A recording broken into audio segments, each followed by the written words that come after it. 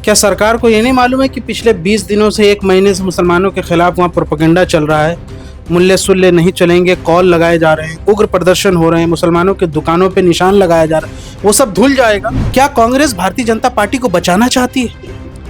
क्या कांग्रेस हिंदुत्ववादी संगठन को बचा रहे हैं आप? कि अब सबका गुनाह जो है शोएब जमई के सर मड़ गया। जो मुसलमानों के हक की बात कर रहा है, जो मस्जिद को बचाने की कोशिश कर रहा है, उसके खिलाफ कांग्रेस का ये रवैया बहुत दुर्भाग्यपूर्ण है। क्या आपने राहुल जी का एक भी स्टेटमेंट सुना उस मुद्दे पे? एक भी स्टेटमेंट? मैं राहुल जी से पूछना चाहता हूँ, आप हिम्मत कब करेंगे? सिर्फ मस्जिद पे तो नहीं भेजा होगा ना, उन पे क्या कार्रवाई हो रही है और फिर मस्जिद पे आप क्या कर रहे हैं? क्या सिर्फ मस्जिद को टारगेट करेंगे? तो अगर आप मस्जिद पे कार्रवाई करने की बात करते हैं तो बाकी बिल्डिंगों पे कार्रवाई होगी नहीं होगी। मैं ये समझता हूँ कि इसमें डरने वाली कोई बात नहीं है। मैंने जो भी बात कही है वो संविधान के मुताबिक कही है।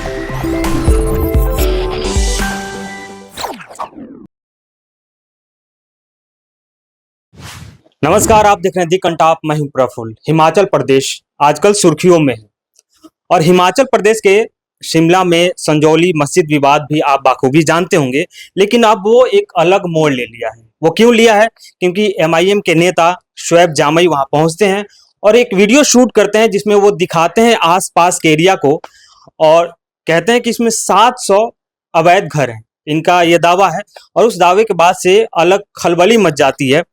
लेकिन दूसरी तरफ वहां कांग्रेस की सरकार है और वो कहते हैं कि हम मोहब्बत की दुकान लगा के बैठे हैं और उस मोहब्बत की दुकान वाली प्रदेश में मुसलमानों के साथ क्या हो रहा है वो भी आप देखते हैं। बातचीत करेंगे, उससे पहले एक शेर से हम शुरुआत करते हैं बातचीत की। कत्ल भी हमारा हुआ, इल्जाम भी मेरे सर रहा, लगाई आग किसी ने शहर में, जल गया आसियाना मेरा, मैं अपने ही मुल्क में बरसों दरबदर रहा। ये हालात है आज के, क्योंकि मुसलमानों की क्या स्थिति है वो आप जानते होंगे और हिमाचल प्रदेश में मुसलमानों की क्या स्थिति है इस पे भी हम बातचीत करेंगे। हमारे साथ शोएब जामई साहब हैं जो एमआईएम के दिल्ली प्रदेश अध्यक्ष हैं और वो अभी जस्ट शिमला गए थे। शिमला से आने के बाद में ये विवाद उत्पन्न हुआ है। पहला सवाल, एमआईएम के नेता जहां जाते हैं वहां एक नया बवाल शुरू हो जाता है। ये आरोप भी लगता है कि माहौल भी खराब करने आते हैं। इस देश के संविधान ने हर पार्टी के लोगों को यह हक दिया है कि वो कहीं भी जा सकते हैं। दरअसल एमआईएम से कांग्रेस और भाजपा दोनों को डर लगता है, ये बात तो है। वरना यहाँ से क्या है कि एक छोटी सी, ना हमारे दिल्ली के अंदर कोई सांसद ना विधायक, बैरिस्टर असदुद्दीन ओवैसी साहब ने जो फिजा कायम की है पूरे देश में मुसलमानों की आवाज बनकर, जिस तरीके से वो राष्ट्रीय राजनीति का एक चमकता हुआ सितारा है, उसका असर ये है कि उनका एक सिपह सलार भी अगर किसी जगह जाता है तो लोगों में हड़कंप मच जाता है। मैं ये समझता हूँ कि इसमें डरने वाली कोई बात नहीं है। मैंने जो भी बात कही है वो संविधान के मुताबिक कही है। ये आरोप लग रहे हैं कि वो मामला थम चुका था, लेकिन आपके इस वीडियो के बाद से फिर तूल पकड़ लिया, आपने एक नया विवाद छेड़ दिया। राजनीति में आरोप प्रत्यारोप तो लगते रहते हैं। विवाद कैसे हो गया? क्या सरकार अपना पल्ला झाड़ के सब एमआईएम पे यहाँ से मटना चाहती? क्या सरकार को ये नहीं मालूम है कि पिछले 20 दिनों से 1 महीने से मुसलमानों के खिलाफ वहाँ प्रोपेगेंडा चल रहा है, मुल्ले सुल्ले नहीं चलेंगे, कॉल लगाए जा रहे हैं, उग्र प्रदर्शन हो रहे हैं, मुसलमानों के दुकानों पे निशान लगाया जा रहा है, वो सब धुल जाएगा, वो गुनाह सब धुल जाएगा। आप उनका जुर्म शोएब जमई पर डालना चाहते हैं और ये कांग्रेस वाले कर रहे हैं। क्या कांग्रेस भारतीय जनता पार्टी को बचाना चाहती है? क्या कांग्रेस हिंदुत्ववादी संगठन को बचा रहे हैं आप? और उसके लिए आपको एक यहां से आदमी ढूंढना था और आपने मुझ में ढूंढ लिया कि अब सबका गुनाह जो है शोएब जमई के सर मड़ दो। देश का मुसलमान देख रहा है, ये देख रहा है कि एक व्यक्ति जो मुसलमानों के हक की बात कर रहा है, जो मस्जिद को बचाने की कोशिश कर रहा है, उसके खिलाफ कांग्रेस का ये रवैया बहुत दुर्भाग्यपूर्ण है। मैं तो उनकी दुख और पीड़ा और उनका डर देख करके मैंने दुनिया को महज एक बताया है बहुत छोटे पैमाने पे कि भाई अगर ये वैधता और अवैधता का पैमाना तो कोर्ट तय करेगा ना।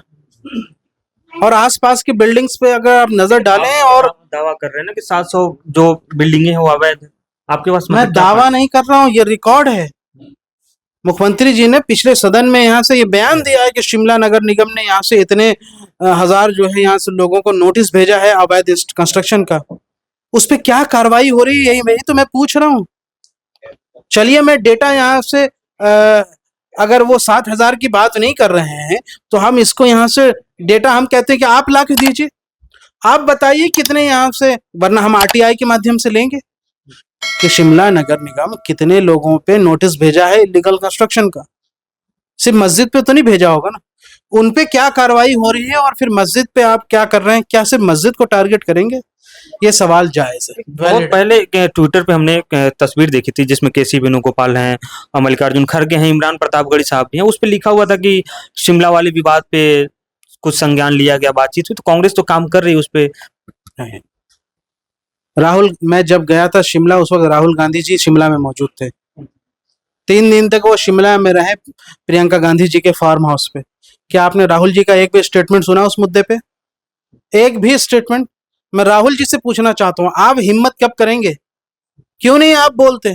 आप शिमला चले गए, जब मैं मौजूद था वहां पे राहुल गांधी जी भी शिमला में मौजूद थे, लेकिन राहुल गांधी जी ने एक स्टेटमेंट नहीं दिया। ये बहुत विडम्बना की बात, आप पता कर लीजिए मीडिया के लोगों से। ये एक और आरोप है कि गुपचुप तरीके से आते हैं, वीडियो बनाते हैं। विक्रमादित्य सिंह हैं जो मौजूदा सरकार में हैं, वो कहते हैं उन पे कार्रवाई हो। एक सरकार का बड़ा मंत्री अगर यहाँ से एक अदना सा एमआईएम का कार्यकर्ता के लिए बयान दे रहा है तो ये मजलिस की ताकत है, ये संविधान की ताकत है, ये वो जुबान है जो बैरिस्टर सुद्दीन ओवैसी साहब ने हमें दी है और ये सिखाई है सियासी ताकत कि आज भाजपा भी वही भाषा बोल रही है, कांग्रेस के मंत्री भी वही भाषा बोल रहे हैं, सबके निशाने पर शोएब जमाई है सिर्फ इसलिए कि मैं मस्जिद गया हूं और मस्जिद कमेटी के साथ में गया, वहां के लोग मौजूद थे जो आज दावा कर रहे हैं। आप पूछिए, मैं अगर कुछ और खुलासे कर दूंगा तो बहुत मुश्किल हो जाएगी। क्या खुलासे? आप रहने दीजिए, बताइए क्या खुलासे हैं? कुछ बातें यहाँ से ना ही बोलूं तो अच्छा है। आप पे तो राजनीति चमकाने का आरोप लग रहा है कि आप राजनीति चमका रहे हैं, तो कौन अगर सा? राजनीति चमकाना रहता तो अभी मैं वो खुलासे करता इस प्रेस कॉन्फ्रेंस में जिससे पूरे देश में किरकिरी हो जाती, लेकिन मैं नहीं कह रहा हूँ, मैं बोलिए। चुप हूं। तो यहाँ से आप इस बात को भी समझिए कि बाकी लोगों को समझना चाहिए कि मैंने सामाजिक समरसता बनाए रखने के जरिए से ही ये बात कही है। तो ऐसा कौन सा राज है जो आप बताना नहीं चाहते हैं और जिसके आते ही कुछ अलग? राजनीति में कुछ ऐसे राज होते हैं जो सही समय के लिए इंतजार करना चाहिए, जब सही समय आएगा तो बताएंगे हम। अच्छा, एक खबर ये भी आई थी कि फर्जी आधार कार्ड कि कई लोगों के आधार कार्ड नंबर सेम मिले, उस पे राज्यपाल का बयान भी आ गया है कि अब उस पे जांच होगी, उस पे जांच की जाएगी। जांच कीजिए, जो करना है कीजिए, किसने आपको रोका है, लेकिन मुसलमानों को बदनाम करना बंद कीजिए। ये इसी देश के मुसलमान हैं, सहारनपुर के, कश्मीर के, जड़ोदा के, हिमाचल के, बिलासपुर के। नहीं जानते क्या राज्यपाल साहब? नहीं जानते क्या वहां के मंत्री? वही लोग हैं जिनको आपके राजा जी ने बुलवाया। दूध का यहाँ से आपके घरों में पहुंचाते हैं, गैस सिलेंडर पहुंचाते हैं, पेड़ काटते हैं, सैलून चलाते हैं, दुकानें चलाते हैं, आपकी दुकानों के सही भाड़ा देते हैं। जो यहाँ से हिमाचली 5,000 यहाँ से रेंट नहीं देने में यहाँ से उनको गिरा गुजरती थी, ये मुसलमान उनको 40-40 हज़ार रुपये भाड़ा देते हैं और अपना कारोबार भी अच्छा करते हैं। ये अच्छे कारोबारी हैं, अच्छे तरीके से बिजनेस कर पाते हैं, टूरिस्ट के साथ अच्छे से डील करते हैं। ये आपको पेट में दर्द हो रहा है और इसलिए आप उनके खिलाफ माहौल बना रहे हैं। वक्फ बोर्ड की जमीनों पर कितने यहाँ से हिंदुओं को दुकान दी गई है, इसका मैं पूछूं सवाल? 150 रुपया भाड़ा देते हैं वो वक्फ बोर्ड की जमीनों पर जितनी दुकानें बनी हैं। सोलन के अंदर जो यहाँ से जामिया मस्जिद रशीदिया है, 15 दुकानें यहाँ से वक्फ बोर्ड की है, उसके नीचे 150 रुपया किराया देते हैं और आप मुसलमानों पे चढ़ रहे हैं।